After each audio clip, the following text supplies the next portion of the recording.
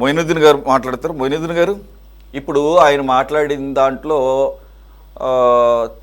తీవ్రంగా వ్యాఖ్యలు ఉన్నాయా లేదా అది పక్కన పెడితే దీంట్లో సామాజిక వర్గాలకు ఏం సంబంధం అండి? సామాజిక వర్గాలని బేస్ తీసుకొచ్చి అందులో బాధ్యతగా ఉండాల్సినటువంటి మీడియా మీ పార్టీ తరపున లేదా మీ సొంత పత్రికలు సొంత ఛానల్స్లో అలా ప్రజల మధ్య ఒక ఘర్షణ వాతావరణాన్ని, కొన్ని కులాల మధ్య ఘర్షణ వాతావరణాన్ని ఫ్లేరప్ చేయడం ద్వారా మనం ఆ అగ్నికేలల్లో చలి కాచుకుందాం అనేటటువంటి ఈ రాజకీయం ఎటువంటి రాజకీయం అండి? ఇది అసలు ప్రజలు హర్షిస్తారా? అయితే అది మీకు ఏమన్నా మేలు చేస్తుందని చెప్పేసి ముందుకు వెళుతున్నారా? అందు గురించే మేము ట్రాప్ వేసామని చెప్పేసి గర్వంగా చెప్పుకుంటారా సార్? మీకు 24 ప్రేక్షకులకు, డిబేట్లో ఉన్న పెద్దలందరికీ నా నమస్కారం. నేను ముఖ్యంగా అందరికంటే ముందుగా మన టీడీపీ అధికార ప్రతినిధి ఇచ్చిన క్వశ్చన్కు నేను ఆన్సర్ ఇవ్వదలుచుకున్నా సార్. చంద్రబాబు నాయుడు గారు, ఎన్టీ రామారావు గారు 2 రూపాయల క్యాసెట్ తోనే అధికారంలోకి వచ్చారన్నారు. There is no doubt, I'm also support it. అయితే ఆ రోజు పార్టీ పెట్టినప్పుడు చంద్రబాబు నాయుడు గారు ఎక్కడున్నారు? పార్టీ పెట్టి 8 నెలల్లో అధికారంలో తెచ్చి టీడీపీ పార్టీని ముఖ్యమంత్రి చంద్రబాబు నాయుడు అతని సొంత ఆస్తి ఆ పార్టీ, ఆయన సొంతగా పెట్టుకున్నాడు. ఇది నా పార్టీ అని అటువంటి పార్టీలో దొంగగా చేరి దొంగగా ఎన్నుపోటు పొడిచి ఒక రాక్షసుడిలాగా ప్రవర్తించి రామారావును చెప్పుతో కొట్టించి ఆ పార్టీని లాక్కున్న మహారాక్షసుడు, నీచ నికృష్టుడు ఎవరైనా ఉన్నారంటే ఈ దేశంలో అతనే చంద్రబాబు నాయుడు. మీరు బాగా చెప్పారు అధికార మంత్రి గారు. నీచ నికృష్టుడు ఈ రాష్ట్రంలో ఎవరు ఉన్నారంటే అబద్ధాల కూర చెప్పి మొయినుద్దీన్ గారు మీరు కొద్దిగా మీరు లాంగ్వేజ్ సంపాదించుకోండి. మా వేదికలను అలా మీరు వాడుకోవడానికి మీరు పర్సనల్ గా ఒక నిమిషం ఆగండి సార్, ఒక నిమిషం ఆగండి. చంద్రబాబు నాయుడే కాదు ఎవరిని కూడా అరే కాదండి, మీకు అంత ఆవేశం ఎందుకు? మీరు మాట్లాడండి. ఎప్పుడు చూసినా 80ల దగ్గర నుంచి వెన్నుపోట్ల గురించి మాట్లాడటమే ఆపుదాం అనుకుంటే మీరు మళ్ళీ ప్రతిరోజు గొడ్డలి గొడ్డలి. ఇప్పుడు సవితా మంత్రి గారు గొడ్డలి గొడ్డలి మారుతాయి, గుడ్డలు గుర్తు పాయింట్కి రండి. మీరు సబ్జెక్ట్ గారు సరే వస్తున్నా సార్. ఈ జగన్ గారు వచ్చినప్పటి నుంచి ఈ అరాచకాలు జరుగుతున్నాయి. జరగపల్లి పశ్చిమ గోదావరి జిల్లాలో చెరువుగట్టుపై అయ్యా అన్ని విగ్రహాలు ఉన్నాయి, అంబేద్కర్ విగ్రహం ఎందుకు లేదని ఎస్సీ ఎస్టీలు అడిగితే వాళ్ళ మీద దాడులు చేసి క్రూరంగా హింసించి ఇదే చంద్రబాబు నాయుడు కాదా? ఇదే చంద్రబాబు నాయుడు కాదా?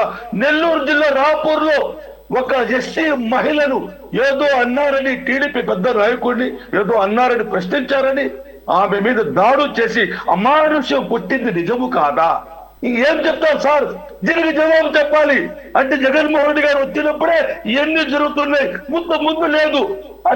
అగిరిపల్లిలో ఎస్సీ ఎస్టీల మీద చేసి దాడులు ఎవరు సార్? జగన్మోహన్ రెడ్డి గారు చేశారా? చంద్రబాబు హయాంలో ఎప్పుడు చంద్రబాబు నాయుడు అధికారం వచ్చినా కూడా ఎస్సీల ఎస్టీల పైన దాడులు జరగడం అనేది ఒక నిరంతర ప్రక్రియ జరుగుతున్నది. ఈరోజు అంటున్నారు అంటే ఈరోజు స్పీకర్ గా ఉన్నటువంటి వ్యక్తి ఈరోజు అయ్యన్న పాత్రుడు గారు ఎంత నీచంగా మాట్లాడారు సార్. జగన్మోహన్ రెడ్డి గారు వచ్చి నా కొడక, నేను డైరెక్ట్ గా మాట్లాడుతున్నాడు, నా కొడక ఒరే నువ్వు ఎంతరా ఒరే అన్నాడు. ఒరే ఫుట్బాల్ ఎదవా అయ్యన్న పాత్రుడు, నువ్వు స్పీకర్ పదవులు ఉండి నీ లోటి లుట్టావాడికి అందరు చూసారు, అవన్నీ అందరు చూసారు.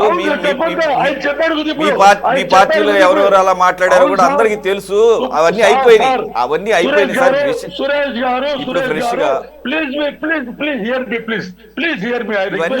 అన్ని ఎందుకంటే సుప్రీం కోర్టు చెప్పింది సార్, సుప్రీం కోర్టు చెప్పింది జగన్మోహన్ రెడ్డి గారికి వాళ్ళ చిన్నాయన హత్యలు ఎటువంటి సంబంధం లేదు, భారతి గారికి ఎటువంటి సంబంధం లేదు, అవినాష్ గారికి ఎటువంటి సంబంధం లేదు. అవినాష్ గారికి ఎటువంటి సంబంధం లేదు అనలా. మీరు ఒక ఫ్లోలో వెళ్ళిపోకండి. అవినాష్ రెడ్డికి ఏం సంబంధం లేదు అనలా. ఆయన ఏట్గా లోపల అట్లాగా ఉన్నాడు. జగన్ గారి గురించి భారతమ్మ గురించి చెప్పారు కదా. మరి ప్రతిరోజు ప్రతి డిబేట్ లో ప్రతి చర్చలో వీళ్ళు ఒకటే ఊకెళ్ళు బాబాయ్ ఊకెళ్ళు ఎందుకు అంటున్నారు? ఏ ధైర్యంతో అంటున్నారు వీళ్ళు వీళ్ళు అందు బ్రోకర్లు గురించి- కదా, ఈ టీడీపీ బ్రోకర్లు సో అందు గురించి అవకాశం నేను దొరికింది మాట్లాడితే తప్పండి అదే సార్. సార్ మేము అందు గురించి అవును అవకాశం సార్. దొరికింది కదా అని చెప్పేసి రెండు కులాల మధ్య చిచ్చు పెట్టే కార్యక్రమం చేశాము, తప్పే కులాల ఉందంటారా? మీద చిచ్చు పెట్టేది ఈ చంద్రబాబు నాయుడు లాగా పెట్టకంటే ఎవరు లేరు సార్. ఆయనే అన్నాడు ఎస్సీలో పుట్టాలని ఎవరైనా అనుకుంటారా తమ్ముళ్ళు అన్నాడు. ఆ తప్పు కాస్తా తప్పా కాదా? తప్పా కాదా చెప్పండి సార్. డైమండ్ ర్యాలీ అని రోజా గారు అన్నారు, అది తప్పా కాదా? ఈ మాటలు ఒక మహిళ గురించి కించపరిచి మాట్లాడొచ్చునా? అంటే వీళ్ళందరూ చేసేది మంచిది, వైఎస్ఆర్సీపీ వాళ్ళు చేసేది తప్పులాగా మాట్లాడుతున్నారు. అంటే నరకండి, చంపండి. ఆయన పవన్ కళ్యాణ్ అన్నారు చెప్పు తీసుకొని ఒరే వైసీపీలో కొనగలరా అన్నాడు. అది తప్పుగా సార్? అది తప్పు కాదా? అవును. చెప్పండి సార్, మీరే సార్ ఇండిపెండెంట్ పెద్దలు చెప్పాలి. చెప్పు అదే తీసుకొని బూటు చూపిస్తా మీరు అన్నింటినీ ఒకే కాడ కట్టకండి. పవన్ కళ్యాణ్ గారి సహనాన్ని పరీక్షించి వారు తర్వాత ఏది సార్ చివరాఖరికి సహనం పరిచేది? వచ్చినటువంటి మాట్లాడి. ఆయన రాజకీయ కాబట్టి నాయకుడు కాదు. ఆయన ఒక రాజు. అన్నింటినీ ఒకే కాడ కట్టకండి, దత్తపుత్రుడు సార్. ఒకే కాడ కట్టకండి. ఆయన దత్తపుత్రుడు ఆయన.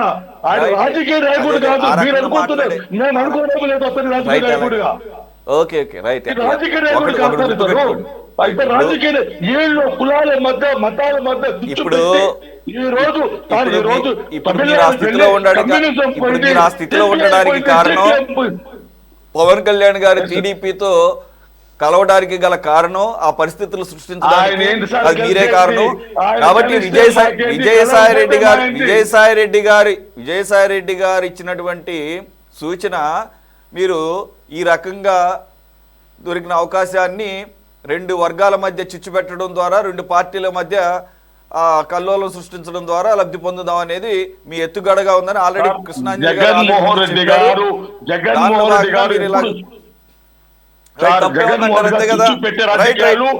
రాజకీయాలు ఎప్పుడు చేయలేదు. రాజకీయాలు చంద్రబాబు నాయుడు, పవన్ కళ్యాణ్, నారా లోకేష్ వీళ్ళు ముగ్గురు చేస్తారు. వీళ్ళు భయపెట్టిస్తారు మాకు.